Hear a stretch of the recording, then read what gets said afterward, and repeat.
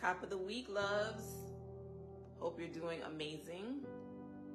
I cannot believe we are already 5 days away from our conference that's coming up on this Saturday from 10 a.m. to 4 p.m. in Baltimore, Maryland. If you're in the area or if you know anyone in the area, we would love to see you. And if there's anything that you're facing right now where life just might be lifing, we would love to sponsor someone. So if you're interested in attending, please inbox me and let me know, and we would work with you on getting you in the building. So, day 5, away from the Reignite You conference, today's lesson is going to be count your losses as lessons, or use your losses as lessons. And here,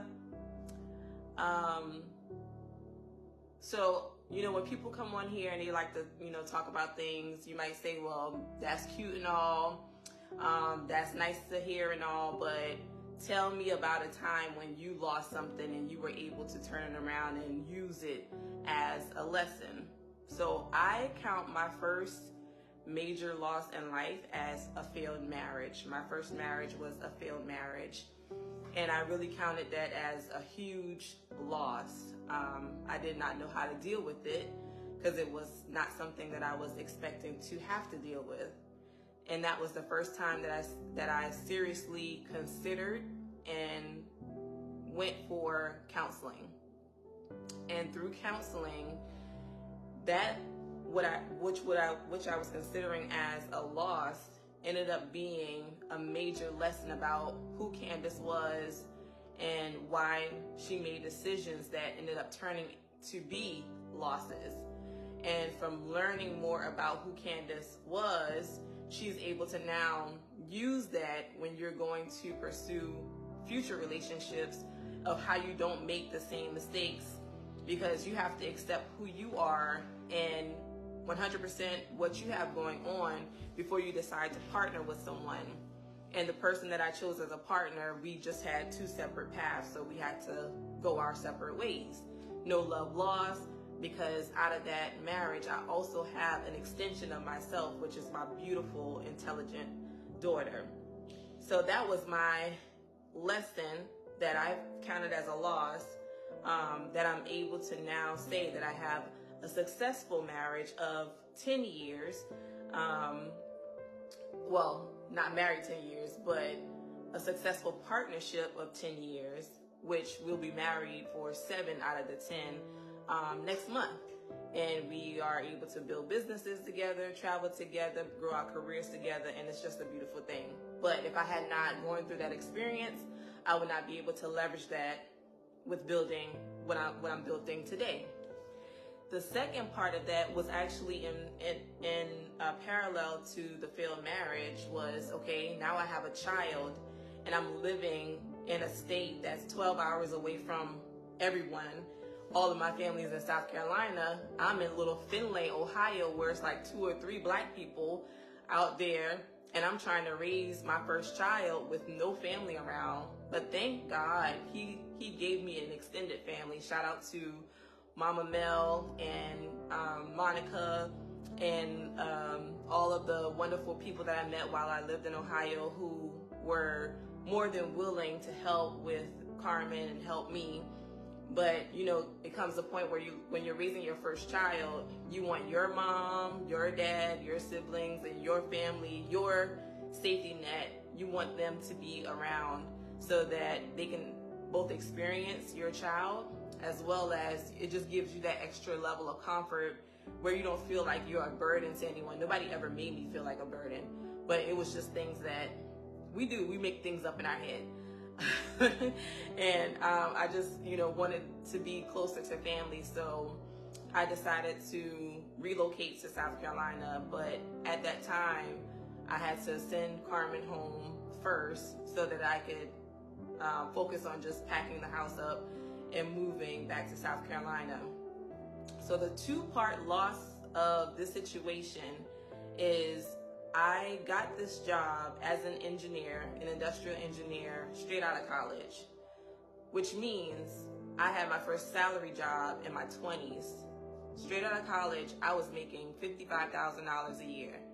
That's almost $5,000 a month in my early 20s. Had I stayed in this job, I think, hindsight, how far would I have been today in my career? But at the same time, I could have been far in my career, but failing as a human being, just like not really knowing who I am, still struggling in that area, while making lots of money. So either way, you still end up going through different types of, experiences for different reasons. But thinking of that, if I was able to stay in that career for a while, I would have probably been, most likely I would have been further along in my professional career. The second part of the second loss is that when I decided to move back to South Carolina in 2012, the job market still sucked. One of the reasons I moved to Ohio was because they gave me an opportunity, because I had interned with them for like several years. So they gave, while I was in college, I didn't have to like reapply and go through all that. They already knew my work ethic. So I was able to go directly into my field and start just working, because I already knew what was going on. I knew the projects, and I was able to just come in and hit the ground running. And so, wonderful opportunity. Shout out to Lowe's Distribution Center for giving me my first opportunity out of college. I appreciate you, and it's still experience that I use to this day in the continuous improvement and process development area. So back to moving to South Carolina, job market plummet. Nobody wanted to hire me. So what did I end up doing? My mom was like, get your CDL. Working for the state, you and Carmen have benefits, and you have, you have a foundation that you can build on. So from an engineering salary to a bus driver with a CDL salary, that's like a $3,000 cut in monthly finances. So what did that teach me? Humility, number one.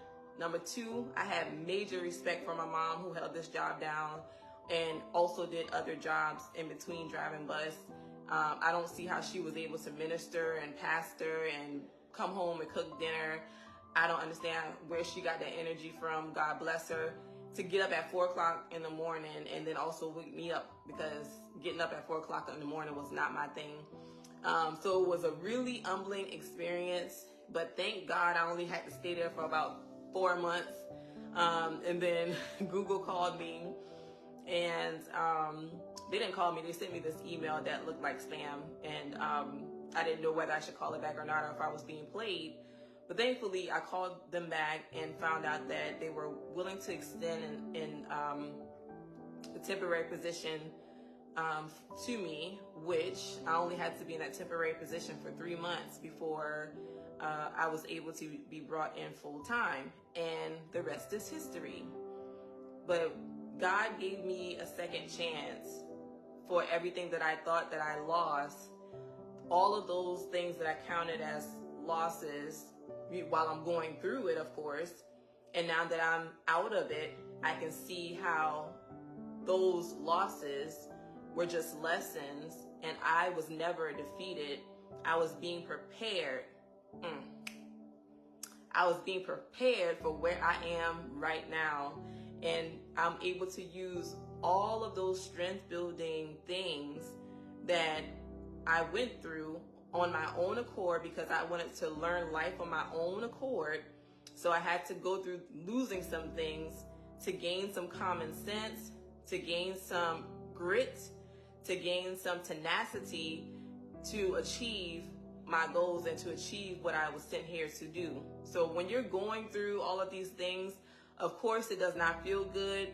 Of course you want to give up, you want to throw in the towel, but trust me, whatever it is that you're going through, go through it like a bulldozer, because you're going through it for a reason, and it's building your character, it's building your strength, it's building your ability to think strategically of how to get out of it, and it's building your faith. Most importantly, it's building your faith. And then faith without works is dead. You're not going anywhere. You have to use those things that you say and those things that you can't see yet as targets for where you're wanting to go, so that it gives you the motivation. Like, I know I don't see what I want to see right now, but I'm gonna keep going until I see it. I know I'm not where I want to be right now, but I'm gonna keep going until I at least accomplish one of the 10 things that I have set out to do. Because every time you accomplish one of those things, it gives you that extra boost and confidence that to know that, okay, I was able to do that, now what's next? What else can I go out there and do? So remember, use the things that look like losses today as lessons to build your strength, to build your character, to build your faith, to get you to where you want to go. That is your lesson for today. You are never defeated. You are only being prepared and for your journey. You're only being strengthened. You're only being equipped with the tools that you need to get to where you want to be. So I thank you guys for tuning in today, and I will see you again tomorrow with another one. We are in our 5-day countdown to the Reignite You Conference in Baltimore, Maryland, where we will be sharing tips and tools with you on how to become your greatest version and how to reignite that fire that might be feeling like it's not even burning right now on the inside of you. If you need that motivation, or if you know someone who does, please share our information with them. Reignite You Conference, DMV, is happening this Saturday, June 29th from 10 a.m. to 4 p.m. We look forward to seeing you there. All right, peace.